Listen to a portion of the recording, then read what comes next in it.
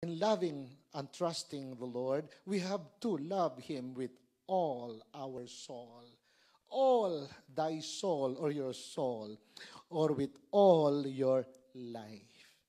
Dahil ang kaluluwa, ito yung ating feelings, ito yung ating emotion, ito ang ating intellect. Mga kapatid, we have to be willing to give up life to Him and to devote it all to His service, to live for Him and to be willing to die if necessary. Mga kapatid, yan ang with all our soul. Kaya nga ang sabi ni Lord Jesus, what does it profit? If a man would gain the whole world, but suffer the loss of his soul in hell. Mga kapatid, ito ang sabi ni Lord, you want to prosper in this troubled land, then love the Lord with all your soul. Buong buhay mo.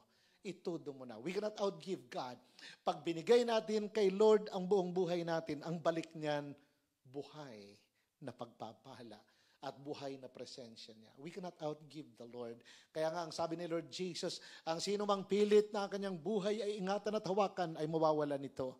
Pero ang sino man na kanyang buhay ay iaalay for the cause of the gospel, ang hindi mawawalan nito.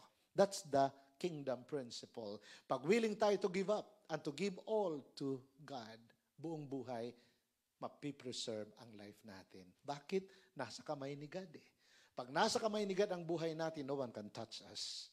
Pero kung tayo ay nasa kamay lang natin, all can touch us. Dahil wala tayong power against all the works of the enemy.